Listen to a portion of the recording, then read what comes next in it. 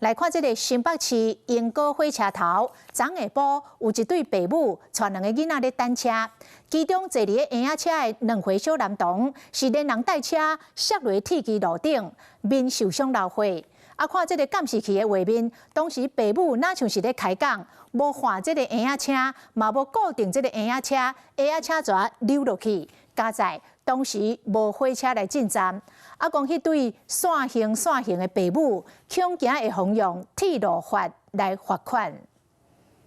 一對爸母徛佇咧櫃台邊遐顧啼上，顧較好，讓嬰仔車出落去鐵軌路，坐佇咧車頂的幼囡仔嘛對咧栽落去，家長看到趕緊跳落櫃台救人，救護人員接到通報搶救栽落鐵軌路的查甫囡仔，爸母正着急，意外就發生佇咧昨下晡新北市的鶯歌火車頭。地面上寫着候車時請勿超越黃線，而這一整條走道都必須得快速通過。不過這對父母呢，疑似就是因為沒有用手扶着，又站在這裡聊天，才會發生意外。趁假期，爸母帶兩個寶貝仔出去耍，兩歲查甫囡仔坐佇咧車頂，意外栽落去鐵軌路，媽媽看到跳落去救人，爸爸佇咧櫃台頂倒休，查甫囡仔的面攏甲流血，加在意識清楚送到病院。司法關心敢若就是因為爸母無佇咧換車，車鏈啊嘛無打洞啊。他會在這邊停留，可能